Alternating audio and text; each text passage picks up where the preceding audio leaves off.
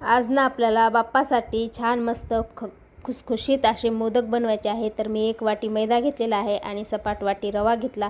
त्यानंतर थोडंसं तूप कडकडीत करून घेतलं आणि टाकून घेतलं 4 चम्मच आणि असं मूठ ओळजेपर्यंत आपल्याला सर्व काही लावून घ्यायचं आहे तूप।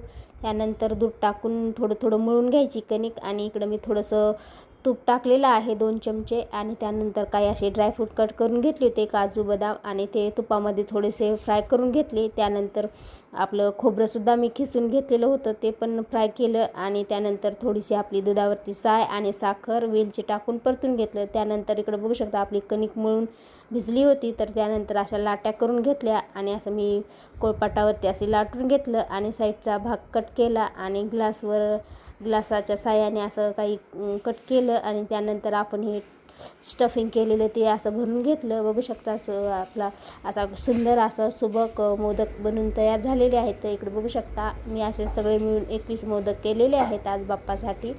तर इकडं मी तेलसुद्धा गरम करायला ठेवलेलं आहे। तर बघू शकता मी चेक करत होते तेल गरम झाले का कसं, तर थोडंसं टाकून बघितलं आणि त्यानंतर आपले मोदक सगळे एक एक करून मी सोडून घेतले। मस्त छान असे गोल्डन रंगावरती तळून घ्यायचे आहेत आपल्याला। 1 नंबर झाले होते आणि लय मस्त खुसखुस झाले होते।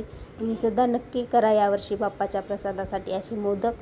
तर बघू शकता असे आपले झालेले आहेत मोदक, छान असे तळून घेतले। व्हिडिओ आवडला तर लाईक करा।